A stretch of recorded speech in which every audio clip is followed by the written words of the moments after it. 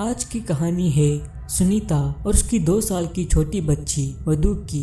तो चलिए इस कहानी को शुरुआत करते हैं। सुनीता के शादी के 1 साल के अंदर ही उसकी दादी इस दुनिया को छोड़कर चली गई और उसके बाद 1.5 साल में ही मधु पैदा हुई।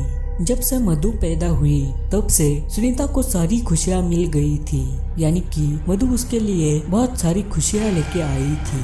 वो दिन मधु का बर्थडे था। जब मधु 2 साल की हो चुकी थी, वो थोड़ा थोड़ा बोलना सीख गई थी। सुनीता ने उसके जन्मदिन को मनाने का सोच लिया था और उसने अपने मम्मी पापा को भी मधु के जन्मदिन के अवसर पर घर बुलाया था। सुनीता ने जन्मदिन की तैयारी में कोई भी कमी नहीं छोड़ी थी। शाम हो चुकी थी। सुनीता अपने मम्मी पापा की राह देखने लगी। उसी वक्त मधु की शक्ल एकदम से बदल गई। सुनीता को लगा छोटी बच्ची है, शायद यहाँ पर आए किसी को पहचाना नहीं होगा, पर एकदम से छोटे से मधु दीवार की तरफ देखने लगी और बहुत घबरा गई। उसके अगले ही क्षण वो उसी दीवार को देखकर हंसने लगी। मधु एक बार रोती, एक बार हंसती और एक बार घबरा जाती। मधु की हालत देखकर सुनीता बहुत घबरा गई और वो मधु से पूछने लगी कि क्या हुआ बेटा, ऐसा क्यों कर रही हो? तो मधु कुछ बड़बड़ाने लगी। उसके थोड़ी ही देर बाद मधु ने सुनीता से कहा कि वहाँ पर दादी माँ मुझे बुला रही है। सुनीता ने मधु से पूछा कौन सी दादी माँ? तो मधु ने जो वर्णन किया उससे सुनीता चौंक गई।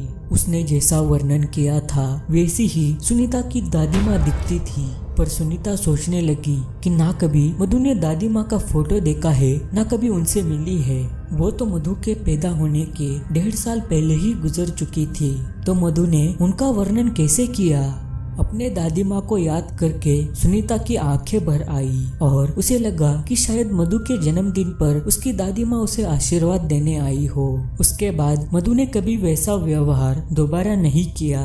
पर आज भी सुनीता की मधु का वो दूसरा जन्मदिन याद करके आंखें भर आती है।